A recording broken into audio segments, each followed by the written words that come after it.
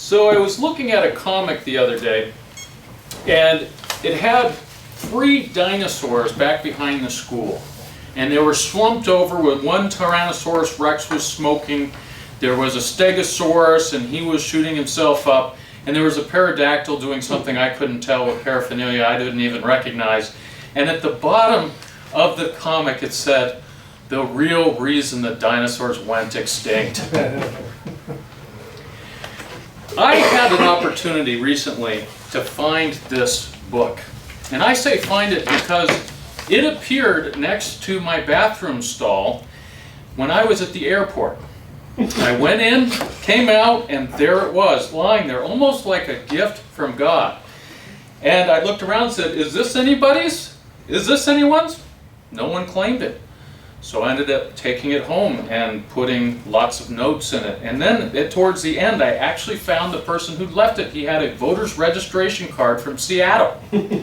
And I tracked him down and told him what a fabulous book this was and thanked him for giving it to me and asked him, should I send him a check? And he said, "You know what? After hearing your story about how wonderful that book is, I'm just going to go buy it myself. Don't even bother sending me a check." So this was like the best deed ever. I got it for free. I even tried to pay him back and he didn't make me have to. This has just been a godsend. So what did I discover reading this book?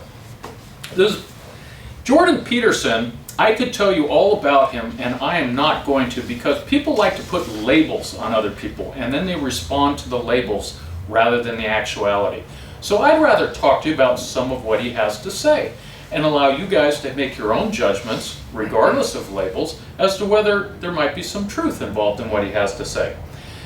So to get back to the concept of dinosaurs and evolution, what do lobsters have to do with humans? Lobsters have been around for 350 million years.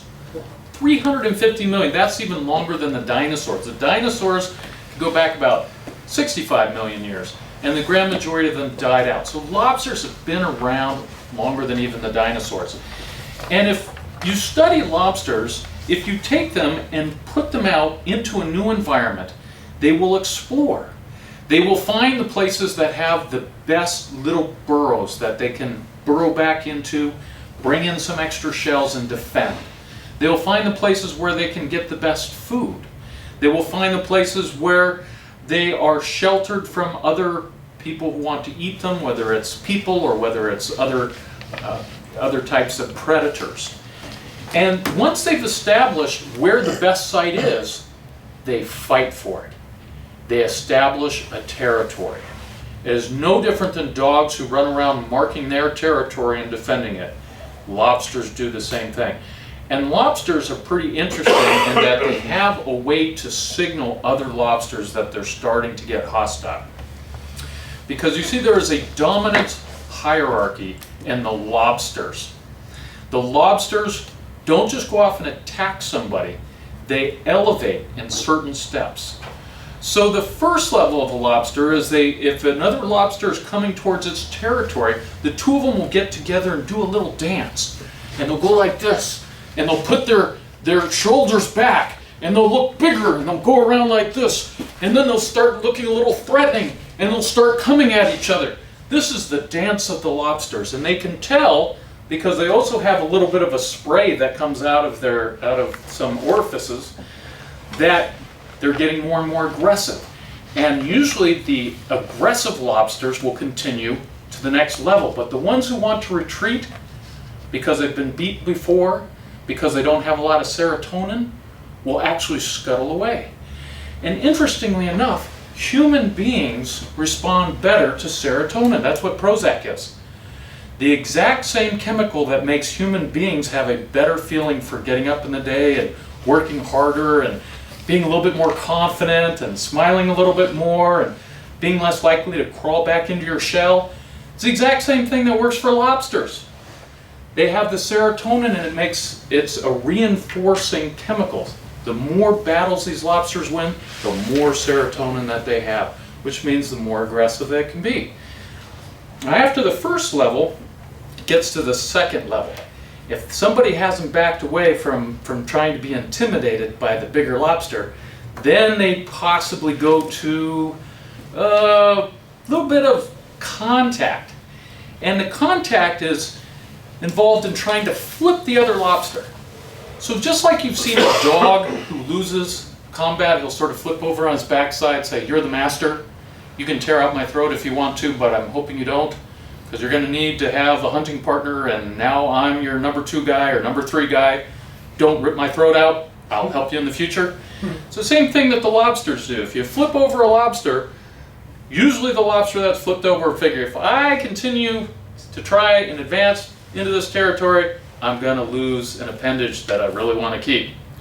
But then some lobsters just don't learn their lesson, and so then it elevates to the next level, and that is mortal combat. And you usually don't want to get a mortal combat because even when the dominant lobster wins, they can damage each other to the point that a third lobster who's sitting there watching the two of them can come in and claim the territory after the fight. So that's why they have different levels of elevation, because over time they figured out we don't want to have mortal combat every single time, because both parties have the ability to lose everything. So whichever lobster then loses an appendage, that's it for him.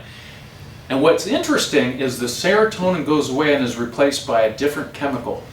And in fact, that lobster's entire brain chemistry can be eradicated. It can actually lose that brain that made it aggressive and grow a new brain that is less confrontational, less aggressive, is more shrunken, has less serotonin, and is less likely to get into fights. Now, why does it matter? Why do they fight over territory like this? Well, for food, for safety, and for women, for females. Because the female lobsters love the male lobster that wins. They don't have to pick and choose which is the dominant lobster. They just watch the one who wins the fight, that has the biggest territory. Because when they mate, they actually have to take that Beauty and the Beast element, that big fighter, that massively aggressive serotonin-filled lobster, and woo it. It's like a Beauty and the Beast type thing. You have to go and convince that big fighter, now it's time to be gentle with the female. And so they will woo that fighter, try and make sure that it's not going to attack him. And then this is the strangest thing. In order for the female to get impregnated or fertilized, she has to take her skin off. She has to be completely defenseless. She has to molt. And then she gets her deposit, and then she ends up bearing children, and then she ends up leaving, and the next female lobster comes along. And they actually go through all the female lobsters. The male lobsters who's most dominant gets the grand majority of all the females. Those who don't win get nothing. They've basically been genetically terminated. So, the point is, territory matters. Territory matters. Now, do humans have a territory? Do humans have a status? Do they fight over the same types of stuff? You might say, well, of course they do. If you've ever seen two guys who are trying to prove who is the most successful arguing over dinner and who's going to pay. Have you guys ever been there? I'm going to pay. Oh, no, you're not. I'm paying. And the two of them can fight for 2 or 3 minutes trying to figure out who's going to pay. Now, I'm basically cheap, so I don't fight very long. Some guy wants to prove how much better he is than me. It's like, I'll fight maybe 30 seconds and then I give in. It's like, okay, I'll take the free meal if he really wants to lord it over me. But that is what's going on. They're fighting over trying to establish dominance. When President Obama went off to talk to the Prime Minister of Japan, over in Japan they will bow. They don't shake hands, and well, they shake hands after they start bowing. And the lower you bow is a sign that on the dominance hierarchy you're acknowledging that person is above you.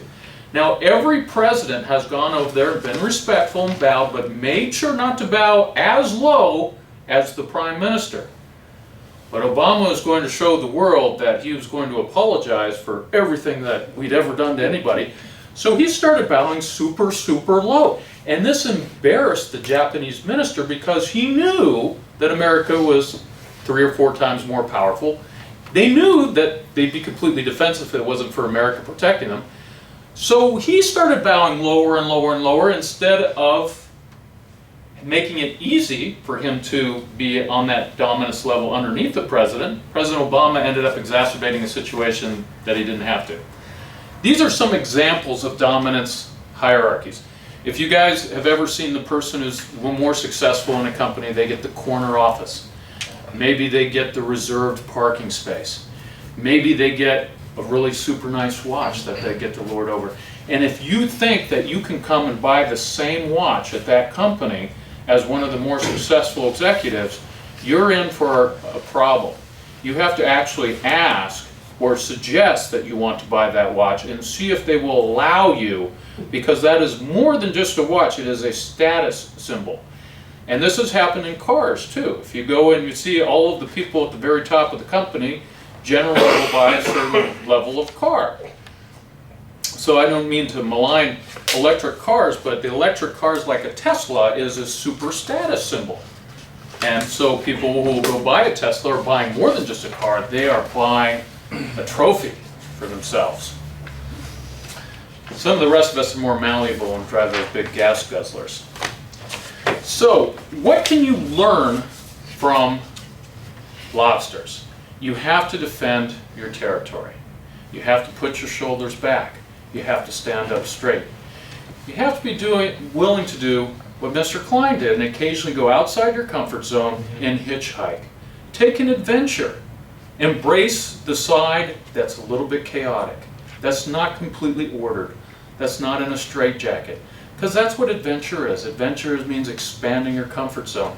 Doing something that a lot of people might be afraid to do. And that's what Toastmasters is. We come to Toastmasters and we go outside our comfort zone. We get asked strange questions that we have to try and figure out a good answer for. We have to try to use the words of the strong every week in order to try and prove that we can rise to the occasion, show our wit, get more territory, and get the women. Fellow Toastmasters. Thank you.